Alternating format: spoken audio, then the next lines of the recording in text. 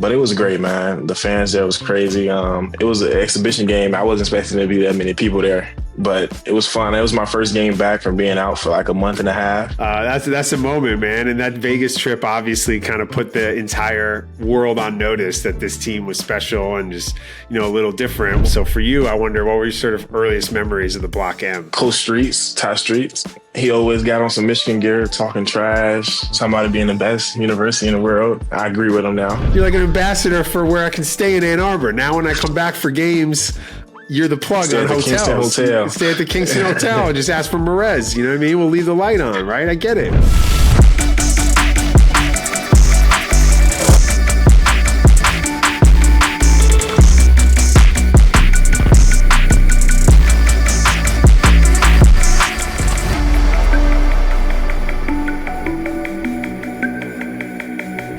Welcome, everyone, to another episode of The Lab presented by Champ Media. My name is Ben Lyons, and the Michigan Wolverines basketball teams are rolling. The men keep winning, the women keep winning, and we keep winning here at The Lab because today we're joined by Morez Johnson Jr. It's great to see you, big man. This has been an awesome year of Michigan basketball. I mean, the smile on my face, it's been a few weeks now just continuing to get these W's. How you feeling? Are you enjoying the ride as much as we are watching it? I feel great. I love being out there competing with my team. I love putting on that maize and blue and representing. Thanks for having me here.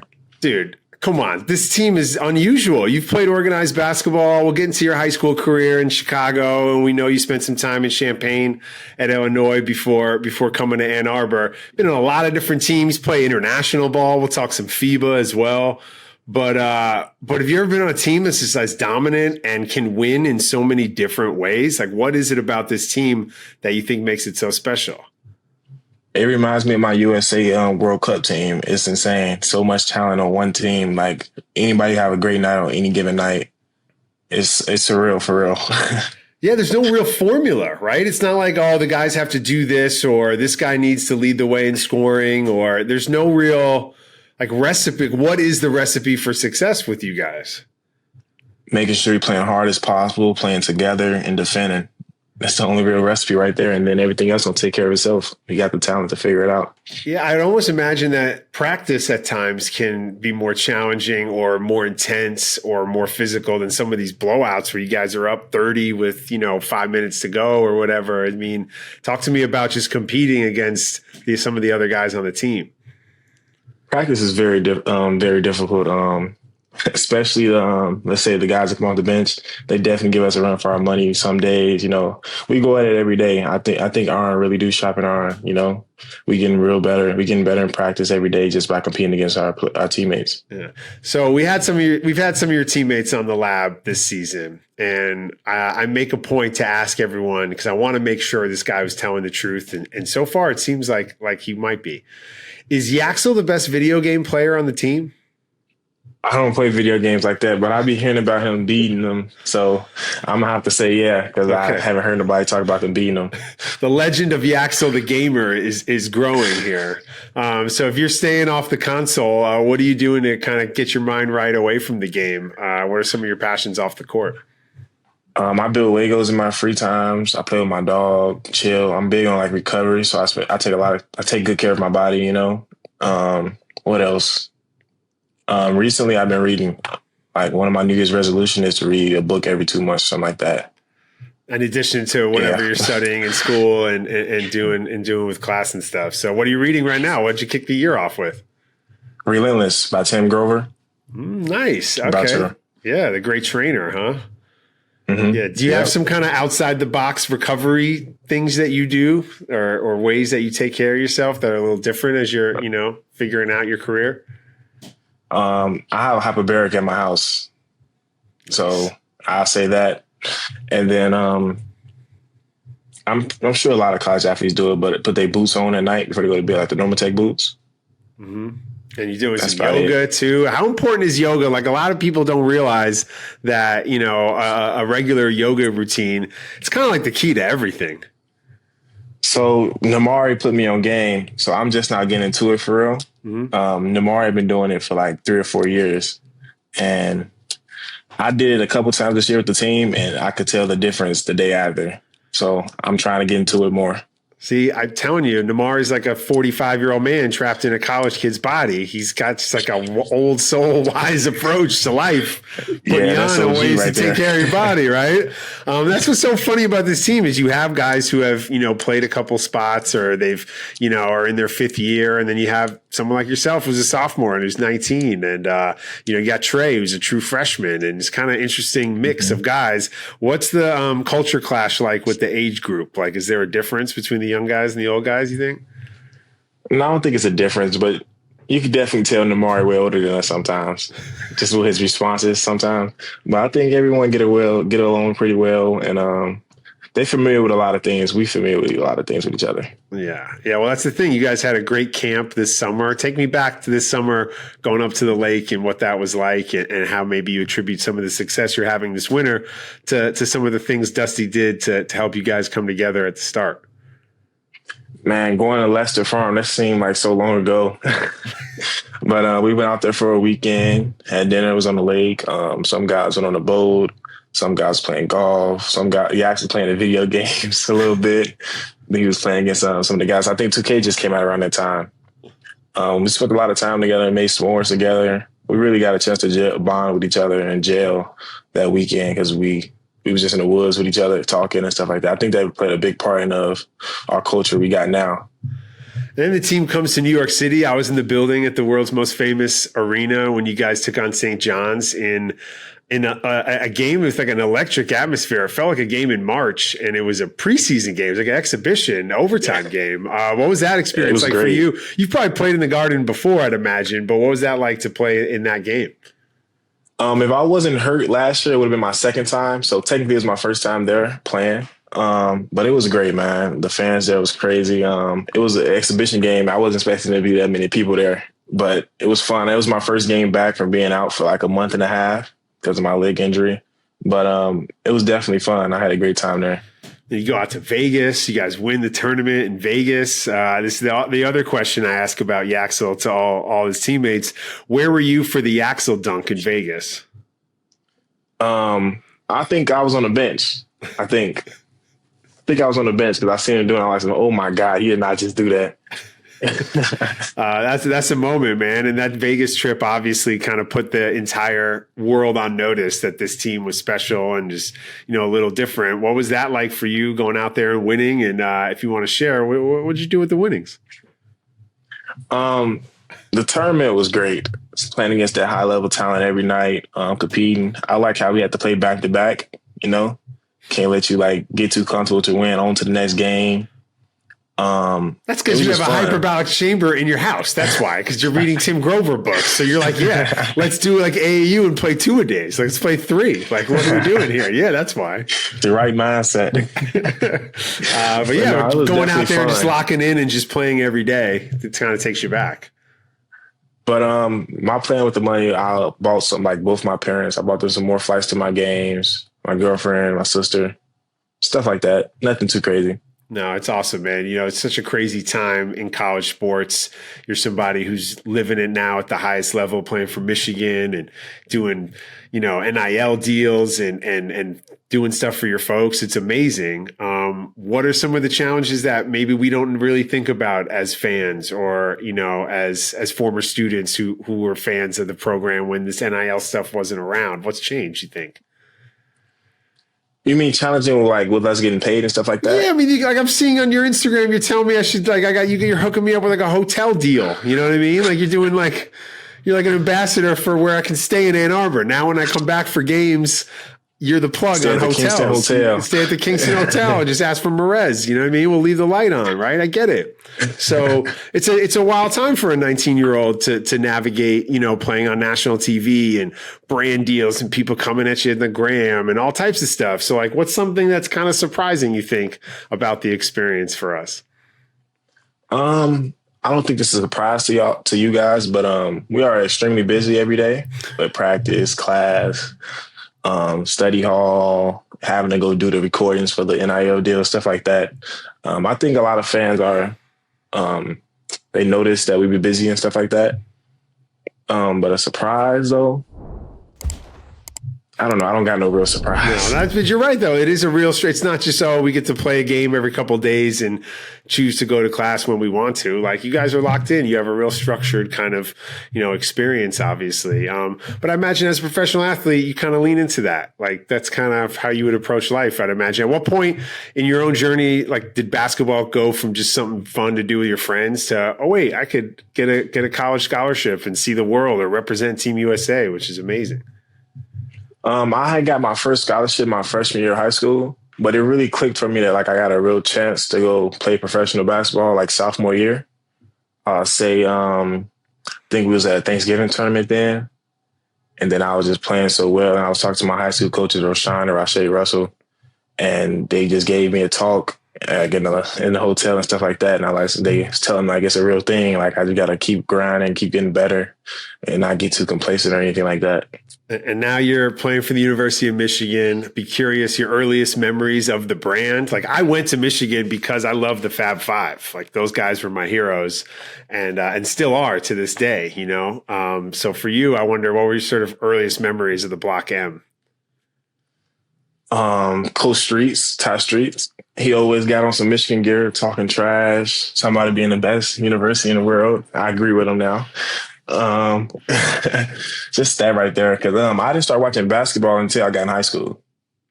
Yes, you're one of those. You're one of those stories, right? A guy who's like, "Oh, I didn't pick up hoop till I was like 15," and next thing you know, I'm like playing at the highest level. It's like not that so late. Easy. I started playing at 12, sixth grade. Wow. I think that's sixth grade, I believe. I was going to ask you. Yeah, I was going to ask you about just playing ball in Chicago. It's such a great high school basketball city. There's so much history. You and I were talking films a little earlier, and Hoop Dreams, obviously one of the great basketball movies of all time. Who's on your Mount Rushmore of Chicago Hoopers? Oh man, Derrick Rose up there. KG, he went to high school there, so I see KG. Who else?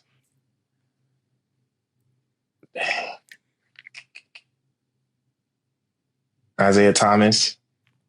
I didn't watch him play, but I gotta put him on there. Yeah. And I'm trying to think. My last person. Who would I say?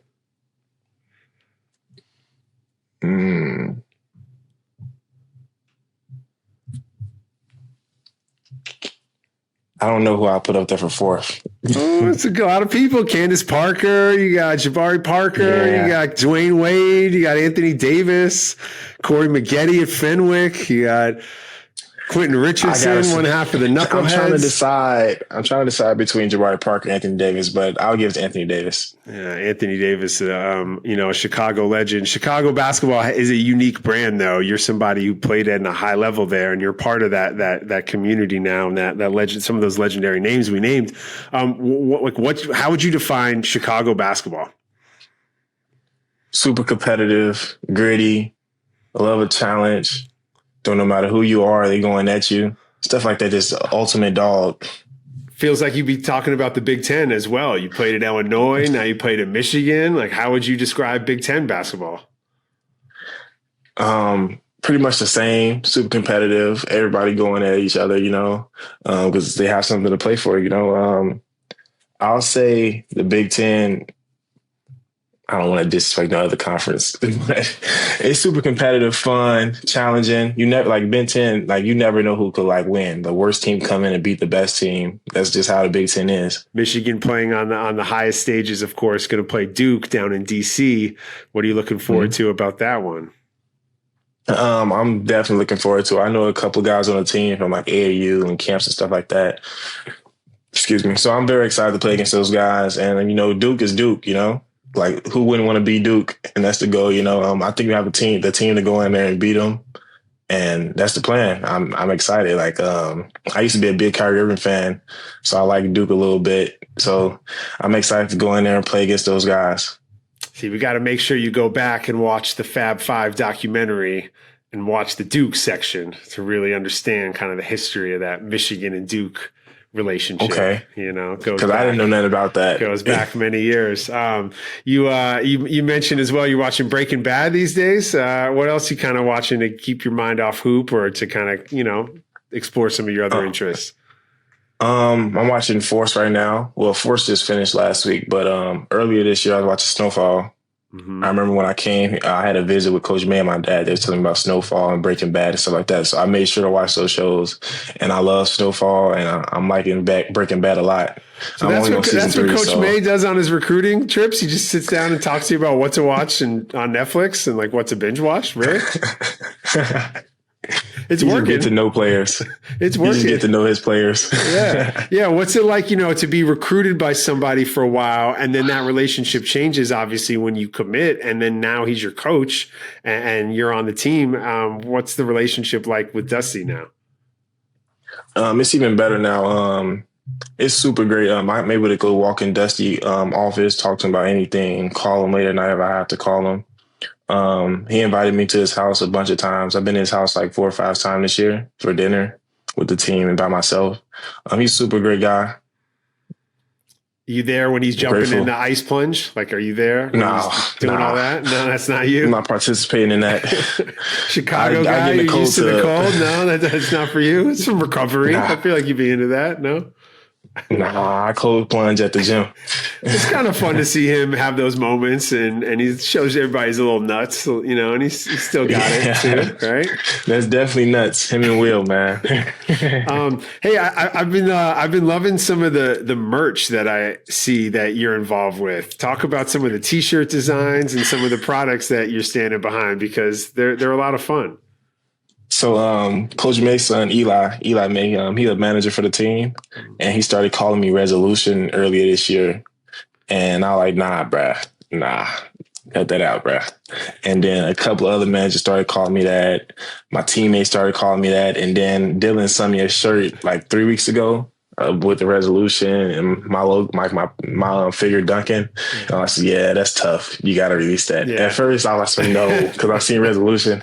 But then I started liking it after a while. And I said, yeah, you could release it. Yeah, yeah. So how great is that? You got a shirt with your cartoon on it, and you got a nickname, and you're out here and representing the University of Michigan. Like that's a cool thing, huh?